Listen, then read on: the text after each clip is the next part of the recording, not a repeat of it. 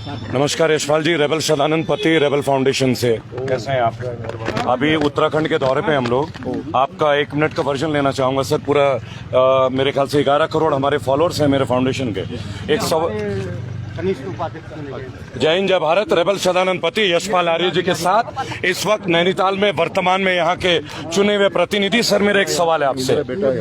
जी जी, मैं एक सवाल आपसे पूछना चाहूंगा सर, और करोड़ों भारतीयों के सवाल है। मैं लोगों के बीच ही होता हूं सर।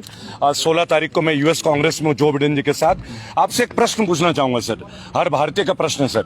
हम लोग मास्क पहनते हैं, मास्क के लिए इतनी सारी चीजें। कृषि बिल का भी आप लोग शायद समर्थन करते होंगे सर आप लोग, है ना सर? मेरा संगठन कुछ विचारों को लेकर आता है हमेशा। तो मेरा एक सवाल होगा सर कि आप लोग प्रतिनिधित्व करते हैं, संसद में जाते हैं सर, 5 साल के लिए जाते हैं, 10 साल के लिए जाते हैं, चुन के जाते हैं। आप लोग के लिए जीवन भर के लिए पेंशन का होता है, लेकिन ये जो मेरे पीछे स्थानीय प्राधिकारी हैं जो कि सरकार के चुने हुए हैं सर, इनकी पेंशन क्यों नहीं होती? इनके लिए कोई आवाजें क्यों नहीं उठती?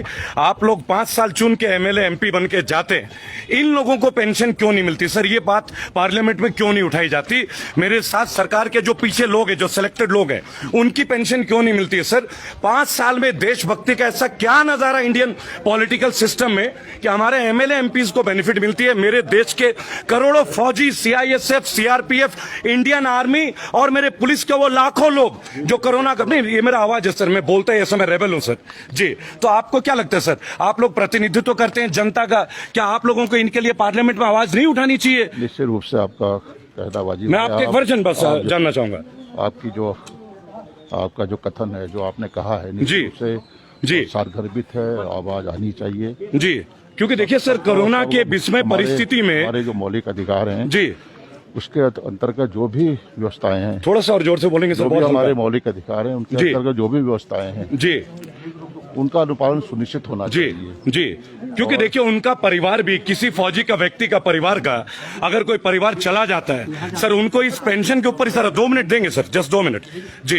तो आप ये चाहते हैं कि सर आपके हिसाब से होना चाहिए पेंशन? जी जरूर जरूर आप जी। जय हिंद जय भारत। रेबल सदानंद पति रेबल फाउंडेशन के 11 करोड़ से ज्यादा लोग आज इस बात को हर जगह आवाज उठाते हैं कि एमएलए एमपी 5 साल में चुन के, और जब ये मंत्रिमंडल को 3-3 पेंशन मिलती है, मेरे देश के फौजियों को क्यों नहीं मिलता?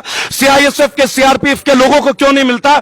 सरकार के तमाम संगठित व्यक्ति जो चुन के जाते हैं उनको क्यों नहीं मिलता? और ये मेरे साथ में जो पुलिस के अधिकारी हैं जो 24 घंटे काम करते हैं, जिनको ओवर टाइम नहीं मिलता, आखिर इनकी कोई यूनियन नहीं है, गवर्नमेंट इनकी कोई यूनियन नहीं बनने देती। आज आप कहते हैं कि किसान आंदोलन अच्छा है, चलिए मान लेते हैं। मेरा एक छोटा सा सवाल है, मैं उत्तराखंड के दौरे पे हूं, कल बाजपुर में 10:30 बजे 1500 ट्रैक्टर निकलेंगे दिल्ली के लिए। हम किसी सरकार के विरोध में नहीं है, हमने भी मोदी जी को वोट दिया। तमाम यहां ना तो मोदी जी की बात है, ना कांग्रेस की बात है, ना बीजेपी की बात है मेरे देश की जनता की। मेरे साथ जो सरकारी महकमे के लोग पीछे खड़े होंगे, आखिर इन्हें पेंशन क्यों नहीं मिलता? पार्लियामेंट में इनके लिए आवाज क्यों नहीं उठती? पार्लियामेंट में मजदूरों के हक के लिए आवाज क्यों नहीं उठती? जब ये कहा जाता है कि जीएसटी में 5 शव यात्रा में लोग जाते हैं और वो लेंटर गिरता है, 25 लोग जो है अकाल मृत्यु के शिकार होते हैं, फिर उनके घर वालों को 2 लाख का मुआवजा क्यों देता है? क्या ये गलत नहीं है? क्या ये गलत नहीं है? क्या ये गलत नहीं है मेरे दोस्तों? हमारे ही देश में जहां लाखों करोड़ का जीएसटी का मिलता है और हमारे जनजीवन में एक व्यक्ति को 2 लाख का मुआवजा, मैं इसी तरह निरंतर दोस्तों अमेरिका जाने से पहले निरंतर हर एमएलए एमपी से यह सवाल पूछता रहूंगा। और बहुत शीघ्र हम लोग अपने स्थानीय विधायक के घर भी जाएंगे और उनसे ये पूछेंगे कि अगर आप किसी बिल का समर्थन करते हैं और आप लोग चुने हुए जनप्रतिनिधि हैं, आपको एयर टिकट की सुविधा मिलती है, आपको फर्स्ट क्लास की सुविधा मिलती है, तो मेरे देश के फौजी, मेरे देश के पुलिस वाले, सीआईएसएफ, सीआरपीएफ, इन लोगों को पेंशन क्यों नहीं मिलता? इनकी आवाजें क्यों नहीं उठती? गलत है क्या? लोग बोलने के लिए आवाज आगे नहीं आते, कारण क्या है? कोई बोलेगा तो कुछ होगा। मैं रेबल हूं ना, तो इस चीज से पीछे हटूंगा। पुलिस के लिए भी आवाज उठाता हूं, फोर्स के लिए भी आवाज उठाता हूं, आम जनता के लिए भी उठाता हूं।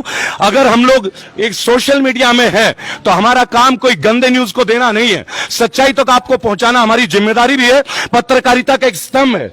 हम अर्नब की तरह पूछता है भारत नहीं करते। भारत क्या है? हम भारतीयों से है। आज नेताजी ने एक बात बोला, यशपाल जी ने बोला कि मुझे आपके विचार अच्छे लगे, और वो कहते पर ये सदन में कब उठेगा? इन लोगों की तनख्वाह बढ़ गई, सदन ने एक मत में बहुमत दे दिया। ऐसा क्या कार्य करते हैं हमारे देश के चुने हुए नेता? उनकी सैलरी, उनके रिटायरमेंट तक, उनके रिटायरमेंट के बाद जब वो नेता नहीं रहते, तत्पश्चात उनको इतनी सुविधाएं। और मेरे देश का पुलिस, मेरे देश का फौजी, मेरे देश का सीआईएसएफ, सीआरपीएफ, ये जितने लोग हैं, पैरामिलिट्री फोर्सेस, ये कौन सा देशभक्ति में कमी करते हैं जो इनके परिवारों को सुविधा नहीं मिलती है? जय हिंद, जय भारत। ये सवाल हम पूछते रहेंगे। कल बाजपुर सुबह 10:30 बजे उत्तराखंड किसान यूनियन के ज्यादातर लोग हमारे फाउंडेशन के साथ होंगे। 17 मीडिया की टीम हमारी सारी चीजों को कवर कर रही है, आप लोगों के लिए 24 घंटे तत्पर। जय हिंद, जय भारत।